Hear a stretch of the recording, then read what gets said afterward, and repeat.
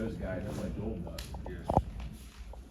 So, Jordan, you spent the camp mixing and matching, new pieces, old pieces. So what do you think of the whole group so far? And always, this week, even in the last week, you're just ready to watch them play. I think I still think it's Tuesday. I'm still confused on what day it is.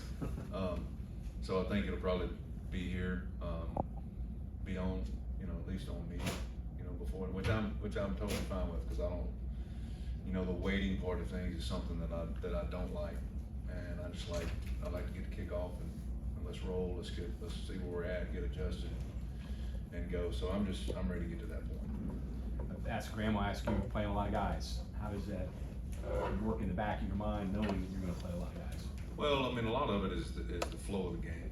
You got to see where it's, especially game one. You just got to see where it's going to go, and what their plan is. So how you adjust yours, and the situations that you put your guys in, by personnel, by how you rotate them.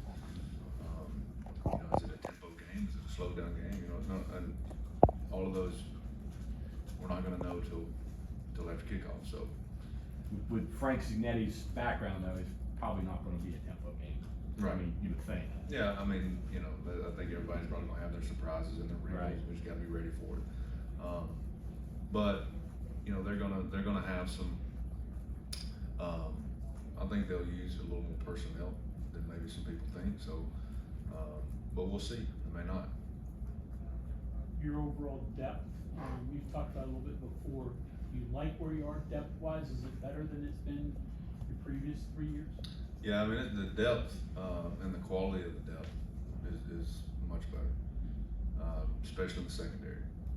And that's something we talked about going back to the spring. So we just gotta, get them to the game, see who reacts and how they react, and then what we need to react to. So then we'll know a little more about where we go with all of that, with all of those personnels and the depth, and see how it goes. How far back do you go with your scout? Frank Signetti, Pitt? You obviously got a lot of Pitt, but how much do you watch of Signetti, not just at Boston College, but maybe even other times?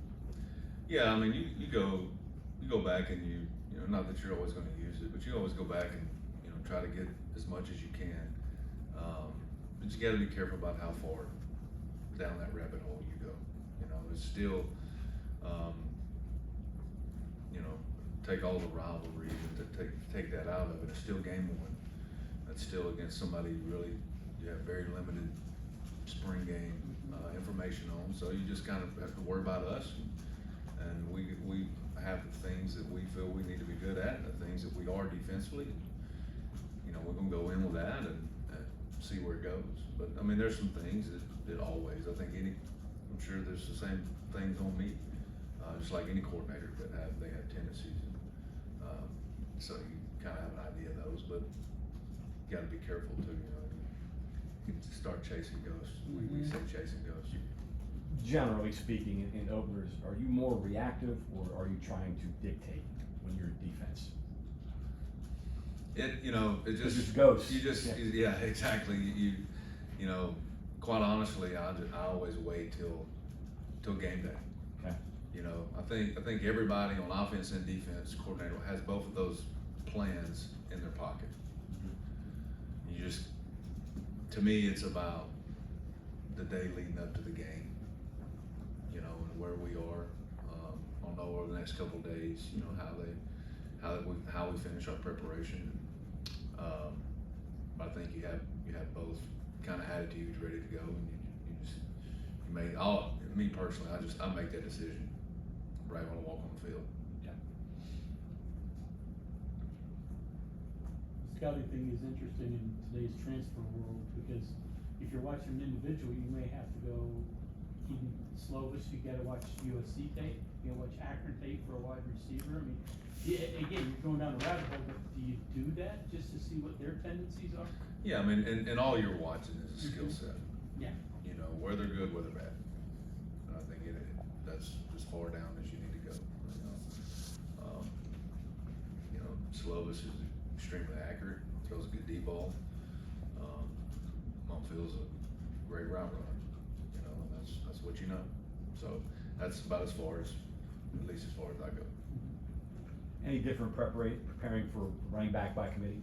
Because they're gonna run at least 3 now. I think that they have their sets of plays, and that's what they're going to do. That's what they're going to do. And you know, each running back again, just like when you scout, they have different skill sets. Some guys are better at some things than others, and so you just try to know that when that guy's in the game. But schematically, you know, there may be some instances where backs are used better as receivers. One catches better than the other. So, you know, again, you won't know that until Thursday if they're using some backfield sets that allow them to do that. Right. So, again, you'll just have to adjust with what we do. Notice some wars, Bandit, Spear, left corner. You gonna play that out through Thursday? Or are you gonna determine that? Yeah, I mean, it'll play out. You know, they're just because I coach the position, you know, the bandit position is something that we'll probably use a little bit differently throughout this year as a whole, not just Thursday. And those guys, Jared and Linnell, even with Torres, will probably all honestly be even with how much they play. Each of them are better or have their skill sets, and they do something better than others, and so try to get them in those situations.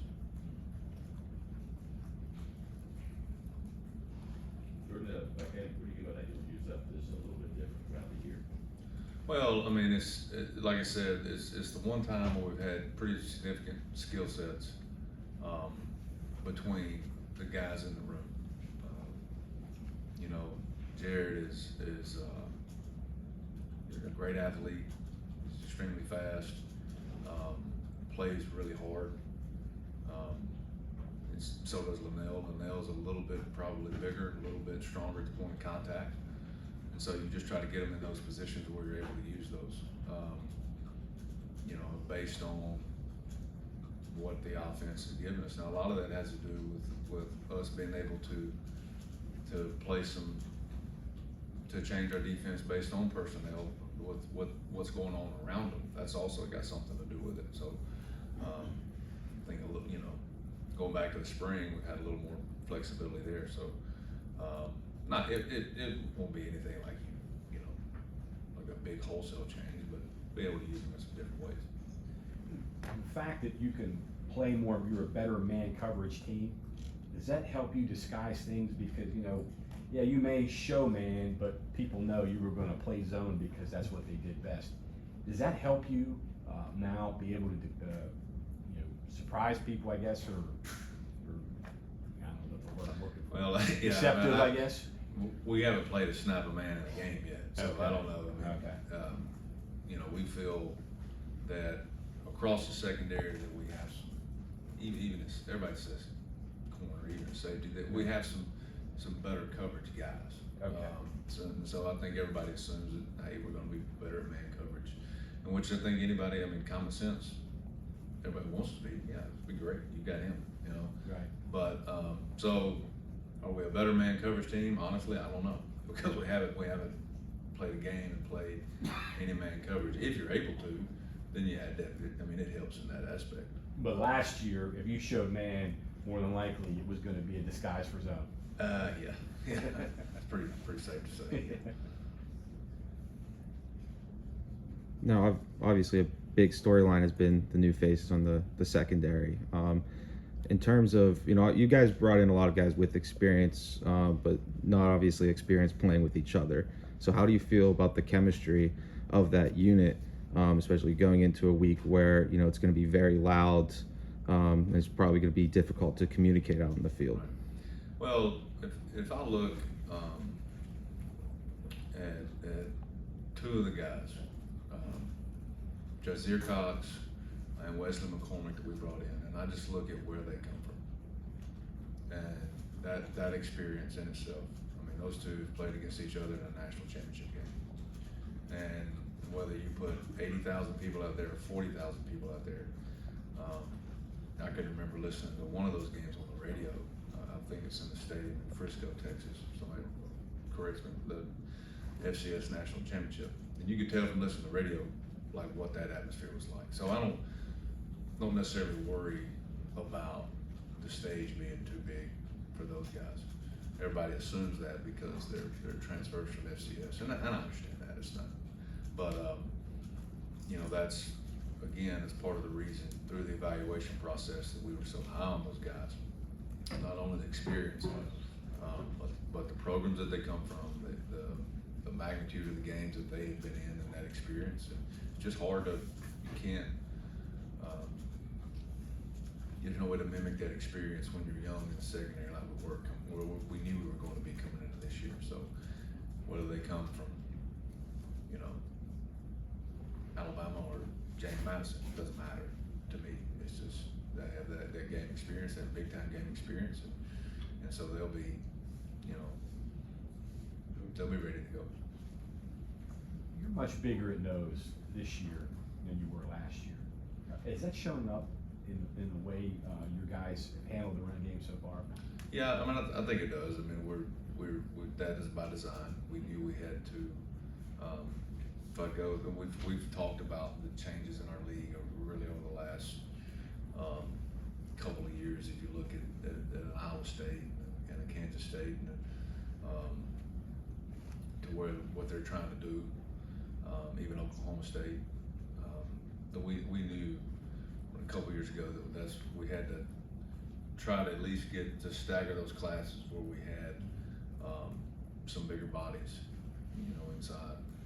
We knew it knowing we were losing Darius in that time frame too. So, and which his skill set was great, and probably if we'd have had the same bodies, we could have used him maybe a little different then. But it has helped. It just helps how we were able to play the rest of the front, just having those guys that can do that and hold a point and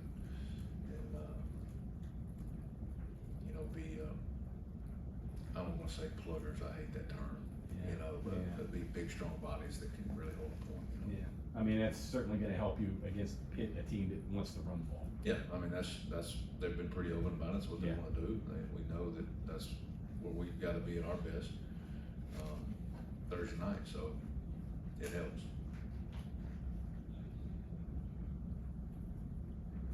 Any other questions? Thank you, Coach. Thanks, guys.